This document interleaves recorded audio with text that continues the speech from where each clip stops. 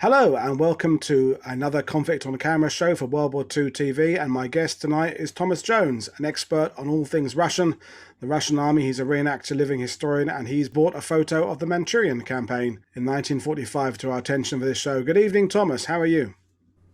Hi, Paul. All right. I'm very good. Before we get into the details within the photo, what is it purely on a sort of photographic level that it appealed to you? This photograph has a number of different details in it, which explains how the Red Army did what it did. And it actually busts a couple of myths that are around about the Red Army that most people just take as a given. And in this photo, you can analyse what the Red Army was doing and actually get a better understanding of how they fought the war. So let's start with where it was taken and when it was taken. So this was taken in Manchuria in August of 1945. And it was part of the Red Army's offensive to attack the Empire of Japan. And the reason this photo, I think this photo is interesting, is because that tank was effectively declared obsolete in 1941. So production of that T-26 tank ceased. It already largely ceased in 1940. And most of the Red Army stock of T-26 tanks were on fire in fields across the Soviet Union in the summer of 1941. So they lost literally thousands of them. But this is a T-26 still in use in August of 1945. Yeah, and so why do we think that is? Is it because the Russians are putting less impact on that campaign? Is it because that's what they've got in that part of the world? What's your feeling behind that? So the logistics that were involved in attacking Manchuria were massive, and Red Army planning was actually really impressive. And the biggest limiting factor they had was the fact that Manchuria, the area of operation in Manchuria, was between 9,000 and 12,500 kilometers away from where they were fighting in Europe. And connecting the two was a very tenuous, very fragile, very old rail network. Effectively, they looked at what they needed. They had about 40 divisions that were based in Manchuria anyway, in the Far East. And they wanted about 40, just over 40 divisions from Europe to go to Manchuria. So they moved the men first, equipped the men with the kit that they had there, and then moved the balance of the equipment from Europe over. And that was entirely dictated to by their ability to move along the rail line. Even still, it took them 136,000 railroad cars to move their men and equipment. Wow. The biggest limiting factor was their logistics. It took them 5 months to plan the attack. And within 9 days, they'd advanced between 500 and 950 kilometers. Wow. I'm saying wow. And it was probably one of the single most spectacular and brilliant attacks. Yeah, I mean, it's not an area of the war I know very much about. I'm a Western Front guy, and there's only so much time you can spend devoting to other things, and that's why it's great to have someone like yourself coming on and highlighting something that I'm less familiar with. So we don't know exactly which unit is in that photo, do we? No, I suspect it's the Transbaikal front. So there were 3 fronts, what the Soviets called fronts. They were army groups. There was the Transbaikal front and the 1st and 2nd Far Eastern.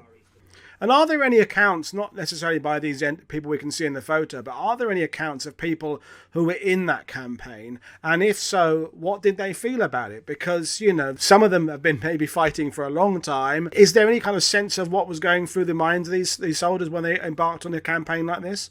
Yeah, so most of the men that were dragged over from Europe were experienced soldiers. The Red Army specifically picked them because Manchuria has its own unique set of obstacles that they had to overcome. So they went a bit Liam Neeson-esque, and they wanted men with very specific sets of skills. So units that had attacked through mountain ranges, specifically the Carpathians, they were picked. Then in other areas, there were very dense defensive positions around fortified areas. So they picked men who previously attacked Königsberg. The men knew they were going to Manchuria. It was just for them an extension of the war. There's a really good memoir by a tankist, a bloke called Dmitry Loza, and he commanded some T-34s, getting them through a mountain range in Manchuria. And it's fascinating how they do it.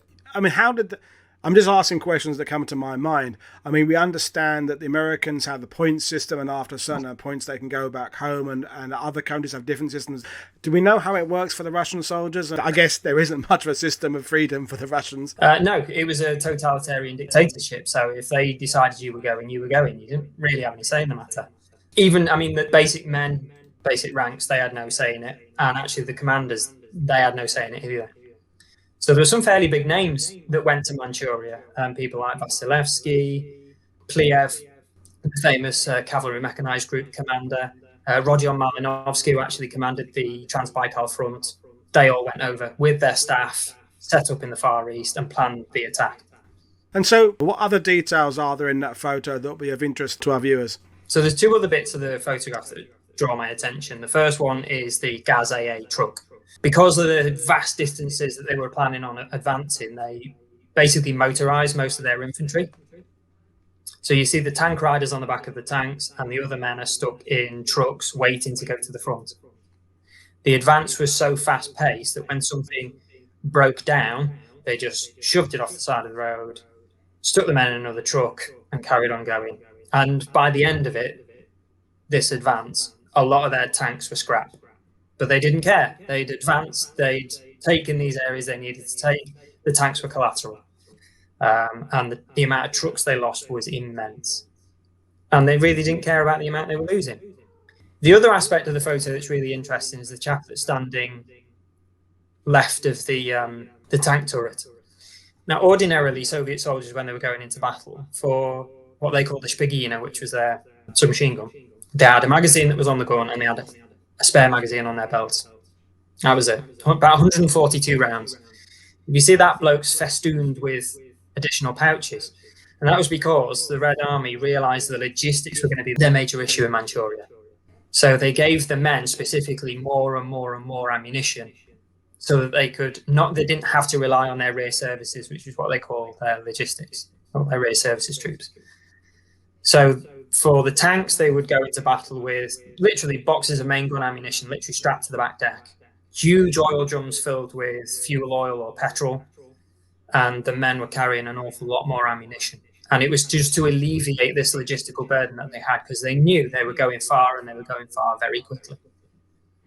And I'm guessing that this is very far removed from the Red Army of 3-4 years earlier, when they're short of everything, and they were, the Lend-Lease has just begun. This is by 45. The parallel, like the traditional Americans, is we've now got plenty of everything. All the things we didn't have 2 or 3 years ago, we now have, because production has now finally got to a peak. So I guess by this point, they've got submachine guns and ammunition coming out of their ears. In this situation, it's getting it the distance that's the issue, not the actual quantity of supplies. It's the distance. Is that right? Yeah, the distance is the biggest limiting factor, and the fact that they were going into an area which they thought the Japanese were going to destroy everything. So we need, whatever we have to fight the battle, we need to take with us. The interesting thing about the Red Army is that this was just 90 days after the war in Europe ended, and the Red Army pull off this absolutely stunning victory in Manchuria. It wasn't an accident. It wasn't as if they suddenly found themselves on the winning side and went, oh, how did that happen?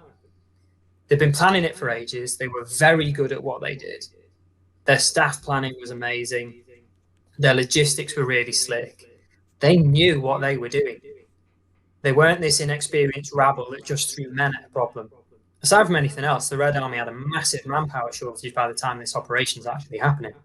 So their force ratios were pretty poor. They were only attacking with something like 1.7 to 1. So the cliche of the Russians putting manpower in and not having the supplies earlier in the war, now it's reversed. They've now got plenty of staff but running out of people. So for those watching again, the Manchurian campaign, obviously events kind of are elsewhere are running through August 45 and things are going on. So how did it all come to an end? Very badly for the Kwantung Army, which was their opponents. So the Japanese obviously were resisting surrender. And the biggest issue that the Grand Alliance, so the Soviets, the British, the Americans, and everyone else had, was that they thought there was going to be a sort of fight to the death like the Germans were trying to do in Europe.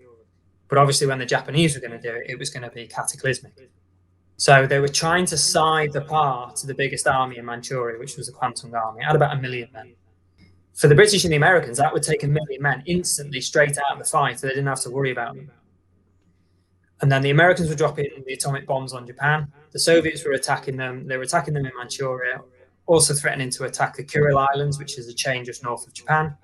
And obviously they were being attacked constantly by the British Commonwealth and Empire forces as well.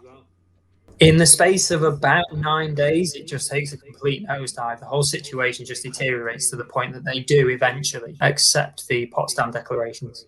I mean, it's one of those things we've talked about on other shows, is that it seems that the general public can only kind of deal with one series of events happening at the same time. And obviously the atomic bomb and Enola Gay and all that is taking precedent in the news. It's in it's in the newspapers, and this whole campaign is huge, but it's playing second fiddle to something, a greater event happening elsewhere. So therefore has been forgotten by the average person. And so we have to thank you, Thomas, for bringing it to our attention. Not only the photo, which is fascinating, but also this lesser known subject that deserves our attention. So any last comments you want to make about the photo? Basically, well, not necessarily about the photo, but just don't assume that the Red Army were really stupid and threw men at things, because they didn't. This is a very professional, highly proficient army.